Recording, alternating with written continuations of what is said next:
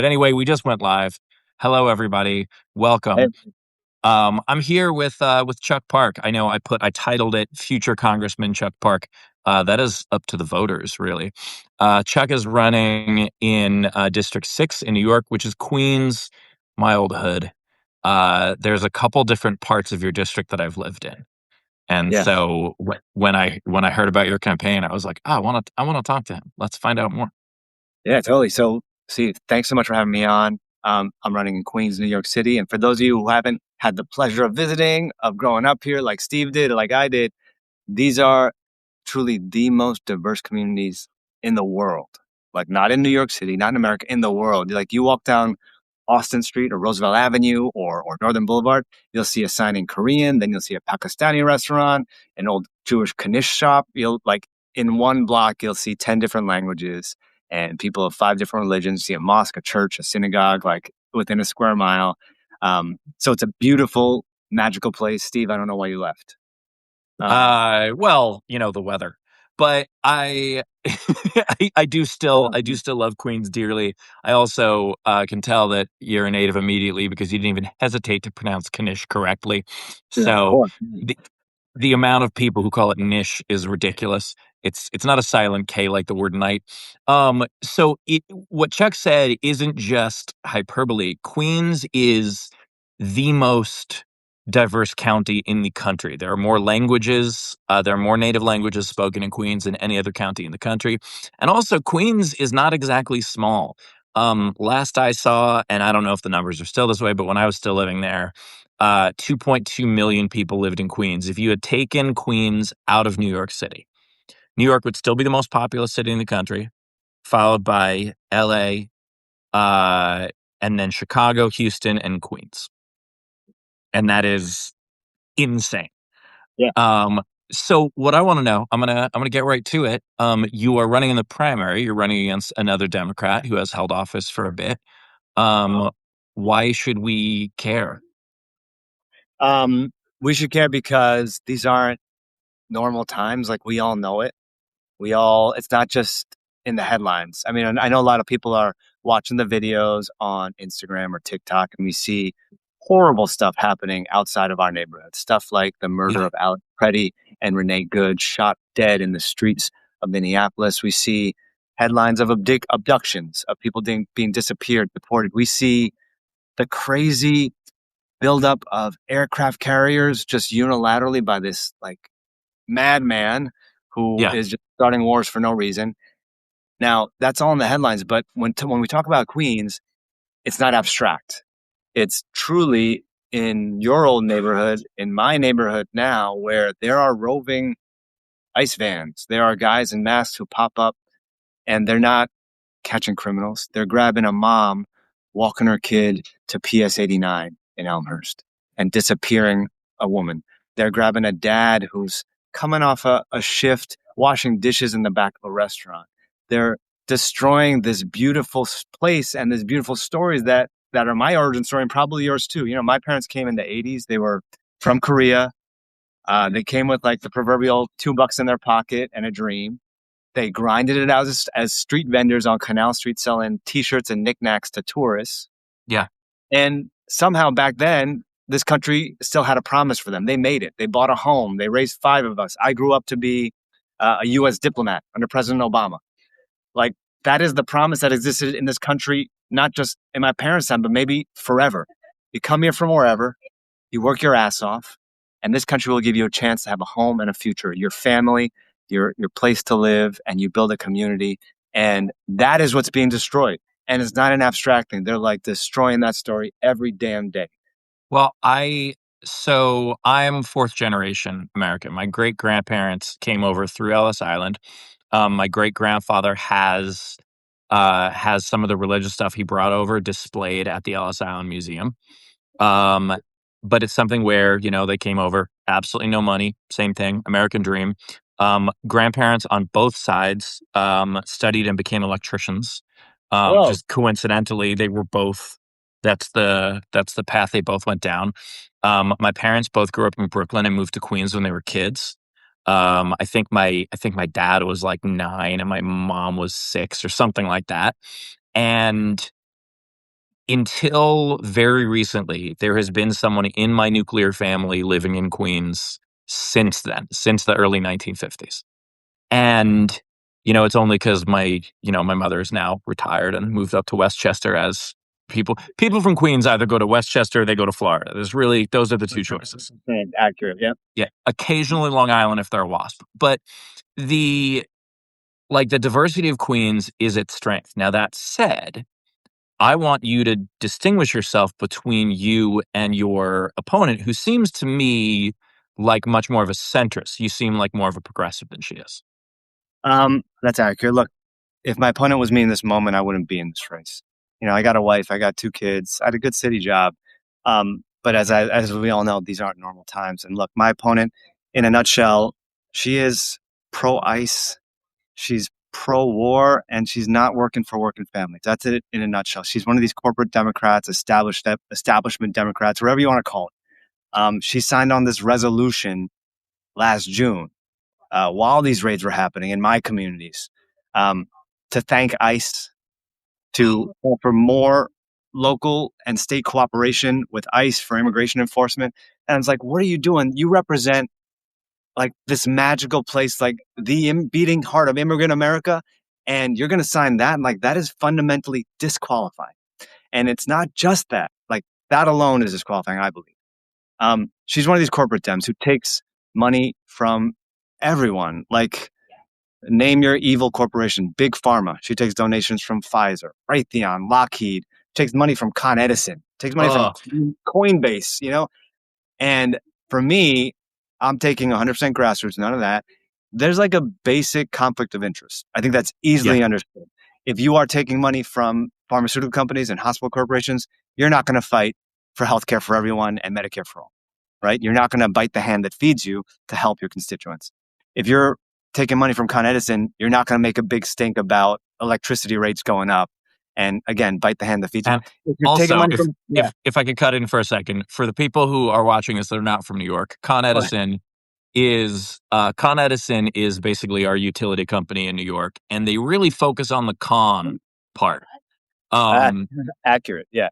they are oh my god, like the idea that a city like New York has blackouts, has like infrastructure problems, like it is unforgivable with the amount of money that they make. It is They make a unforgivable, and ton it's of money. because they buy politicians. They buy politicians. And this is the crazy thing. They are publicly traded. Like, you can look up Con Edison's stock ticker and their Yeah, price going up. And somehow every year or every few years, they return to the state government in New York and they get our leaders to approve rate hikes, yeah. and rate hikes that they don't need. Like, they're just making more money, delivering more value to their shareholders instead of letting us have like a normal Powerball that doesn't spike every few years. But no, they're making record profits. They pay it out to their shareholders, and then they turn some of that into political donations to make sure they keep this con going. So totally accurate. Um, and my opponent also takes money from like military industrial complex like Raytheon, Lockheed. And so like these are basic conflicts of interest. I don't know how this is legal. I mean, I do know 2010 Citizens United like unleashed like these floods of oligarch money, Epstein class money, like Yeah, big money into the political system.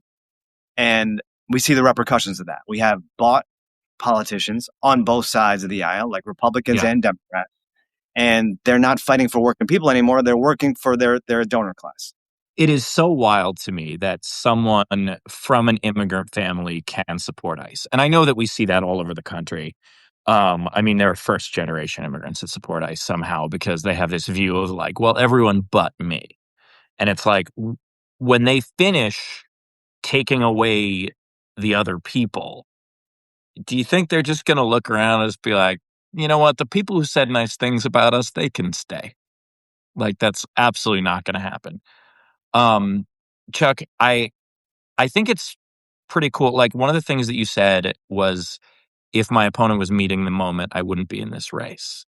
And I think that that is something very admirable. I have people all the time tell me like, "Oh, you should run for office," and I always say I hate meetings. But really, I I can't see myself in that light. like in that life. And I am so impressed by the people who see something wrong and go, I am going to do what I can to be the one to fix it. Did you have like an epiphany moment where you're just like, all right, it's time? Yeah. Uh, asked me a year ago, and that's exactly where you were. Like, I'm pissed off at the state of this country, of this world, what's happened in my community, and wow, it's a lot to do something real about it, like run for office. I could never imagine that. Um, and there was an epiphany moment for me. It was this connecting of the dots. I don't know how close you were following these headlines, but ICE was popping up in New York City. Yeah. They were disappearing people, and then there was this big moment on Canal Street where they rolled up with freaking like armored vehicles, like it was Fallujah, like big, like huge armored personnel carriers, like dudes with assault rifles, Yeah. grabbing street vendors, grabbing dudes selling counterfeit bags, which people have done forever on Yeah. Canal Street, like forever. And they're bringing this show of force against these guys just trying to make a living because they're going to make a couple bucks and go back home and buy some food for their kids who go to public school in Queens, probably. And that kid's going to grow up to be a doctor, a lawyer, maybe a future senator or president. They're destroying that. Yeah. I And the saw thing, that. Yeah. oh, sorry, go ahead. No, go ahead. I was going to say, I saw that. And like my parents, I said, they're street vendors. They sold clothes on Canal Street. And Yeah. it felt like in such a direct way, like they were ripping up my story before it could even begin. And if that happened to my dad 40 years ago, I don't exist today. My 13-year-old kid doesn't exist today. Like the whole dream is over. And so I was so pissed off. Yeah. And then I saw our leaders like doing absolutely nothing. Like the base was there. Like people on the ground in New York, they took it seriously. They showed up in numbers. Like look it up. Huge crowds spontaneously standing up to these ICE agents on Canal Street. It was Yeah. like Or it as was Republicans endless. would say, a George Soros funded protest. Exactly, yeah, paid agitators or whatever. Yeah. But real ass New Yorkers, like showing up, putting themselves on the line to resist this. That was people, real people. But then our leaders were so disconnected from that anger and that energy. You know, they weren't at that point not even writing strongly worded letters. They were doing nothing.